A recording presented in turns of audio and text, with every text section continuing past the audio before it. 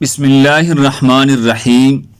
ناظرین گرامی، سیرت مصطفیٰ، سیرت النبوت، البدایہ والنہایہ اور طبقات الکبریٰ اور سیرت حلبیہ میں حضور نبی کریم حبیب رب کائنات حضرت محمد صلی اللہ علیہ وسلم کی رضائی ماؤں کی تعداد 6 لکھی گئی ہے، جن میں 3 شادی شدہ اور 3 غیر شادی شدہ تھی، جن کا ذکر خیر آج کی ویڈیو میں کیا جائے گا۔ لیکن ناظرین گرامی، حقیقی ماں کے علاوہ اگر کوئی عورت کسی بچے کی پرورش اور دودھ پلائے تو وہ ایک اضافی ماں کا درجہ حاصل کر لیتی ہے، جس ام رضا، رضائی ماں یا دودھ پلانے والی ماں کہتے ہیں۔ اس عورت کے شوہر کو بچے کے باپ کا درجہ دیا جاتا ہے، جبکہ اس کے بچوں کو بھی اس بچے کی حقیقی بہن بھائیوں کی طرح سمجھا جاتا ہے، اور اس کی ان میں سے کسی سے شادی نہیں ہو سکتی۔ اس طرح ایک عورت جس نے کسی بچے کے 2 برس کے ہونے سے پہلے اسے کم از کم 5 بار دودھ پلایا ہو، اسلامی قانون کی دی ہوئی خصوصی حقوق کے تحت وہ اپنے دودھ کی رشتے سے اس بچے کی ماں بن جاتی ہے۔ دودھ پینے والا بچہ رضائی ماں کی دوسری بچوں کا مکمل طور پر بہن یا بھائی سمجھا جاتا ہے، یعنی کہ ایسا لڑکا اپنی رضائی بہن اور ایسی لڑکی اپنی رضائی بھائی کی محرم ہوتی ہے۔ کوئی دوسرا مذہب کسی دودھ پلانے والی ماں کو ایسا رتبہ نہیں دیتا۔ حضور کی رضائی بھائیوں کی تعداد 5 جبکہ رضائی بہنوں کی تعداد 2 تھی۔ ناظرین گرامی، حضور نے کتنے دن تک اپنے والدہ ماجدہ کا دودھ پیا؟ اس بارے میں 3 مختلف روایات ہیں۔ پہلی روایت تو یہ ہے کہ 7 روز تک والدہ ماجدہ نے دودھ پلایا۔ دوسری روایت کے مطابق 4 روز تک آپ کے والدہ ماجدہ نے آپ کو دودھ پلایا۔ سیرت حلبیہ میں ہے کہ آپ کو آپ کے والدہ ماجدہ نے 9 دنوں تک دودھ پلایا۔ حضور اکرم صلی اللہ علیہ وسلم کو والدہ کے بعد جس عورت نے سب سے پہلے دودھ پلایا وہ حضرت صوبیہ اسلمیہ تھی، یعنی حضرت صوبیہ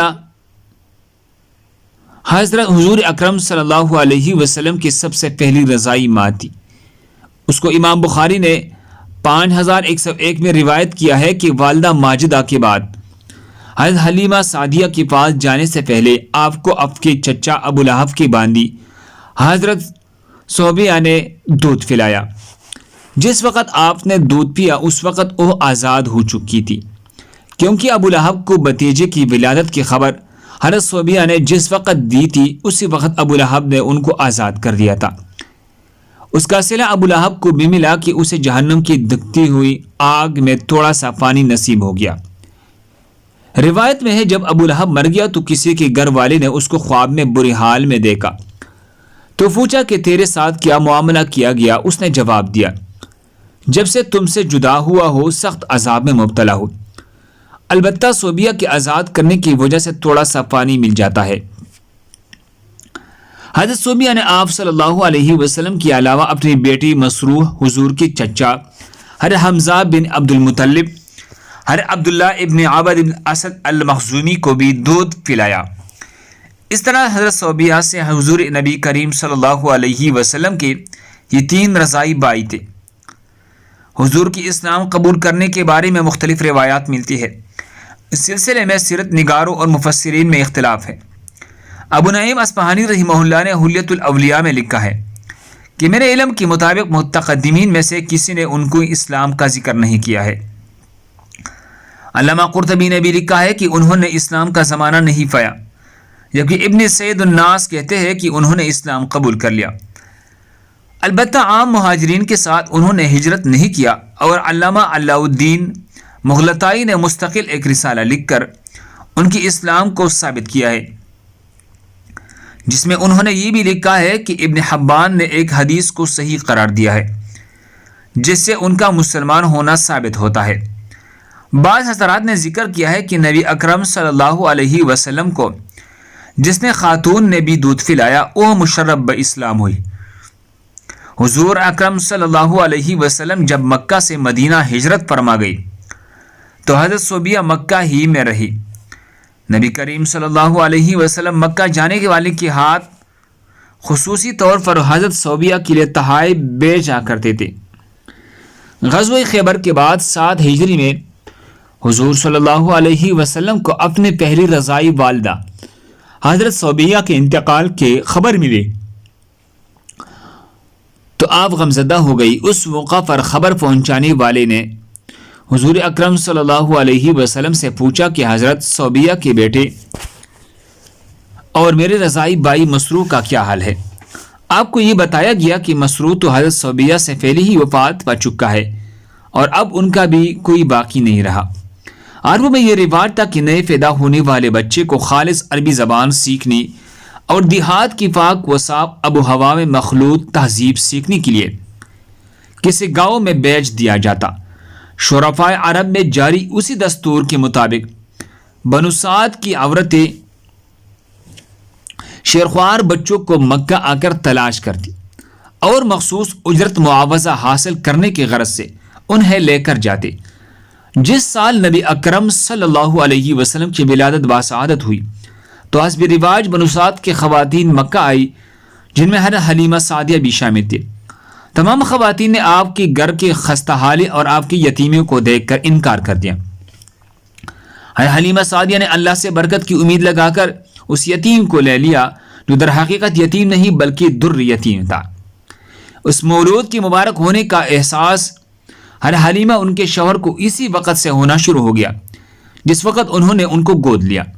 چنانچہ اگلے دن ہی ان کے شوہر نے اپنے احساسات کا ان الفاظ میں اظہار کیا، اے حلیمہ خوب جان لو بے شک تم نے ایک بہت ہی مبارک اور بابرکت بچہ کو لیا ہے۔ یوں حلیمہ حضور اکرم کی دوسرے رضائی ماں بنی۔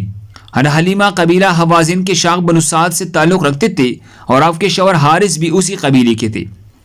حضور کے علاوہ حلیمہ نے اپنے بیٹے عبداللہ، اپنے دو بیٹوں انیسہ اور حذافہ جیسے شیمہ بھی کہا جاتا ہے، اور ابو سفیان بن الحارث بن عبد المطلب کو بھی دودھ پلایا۔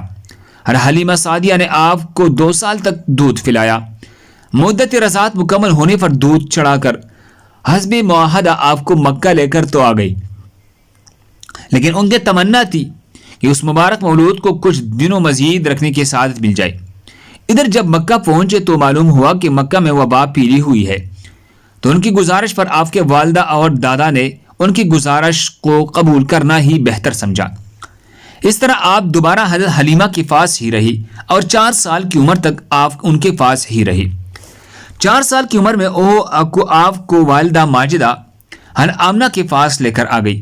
غزوہ حنین پر ایک دفعہ جارانہ مقام پر حضور اکرم صحابہ کے محفل میں اچانک ایک خاتون آئی جن کے لیے نبی پاک خود کھڑے ہو گئے اور اپنی مبارک چادر زمین پر بچھا کر اپنی جگہ پر بٹھا دیا۔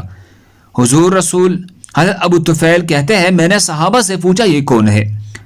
تو صحابہ نے جواب دیا یہ رسول اللہ صلی اللہ علیہ وسلم کی رضائی ماں حلیمہ سعدیہ ہے۔ حلیمہ کی وفات مدینہ میں ہوئی اور جنت البقیع میں آپ کو دفن کیا گیا۔ حضور صلی اللہ علیہ وسلم کی تیسری رضائی ماں ام فروہ تھی۔ سیرت نگاروں نے لکھا ہے حضور صلی اللہ علیہ وسلم کو بنو سلیم کی 3 کنواری لڑکیوں نے بھی دودھ پلایا۔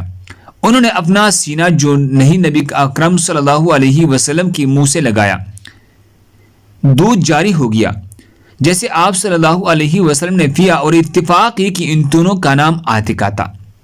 بے شک یہ بھی حضور اکرم صلی اللہ علیہ وسلم کے بچپن کے معجزوں میں سے ایک عظیم معجزہ ہے۔ اللہ ہم سب کو اس پر عمل کرنے کی توفیق عطا فرمائے۔ دوسری مسلمانوں کی فائدے کے لیے آگے ضرور شیئر کریں۔ مزید اس طرح خوبصورت واقعات کے لیے ہمارے چینل کو سبسکرائب کریں۔ جزاکم اللہ۔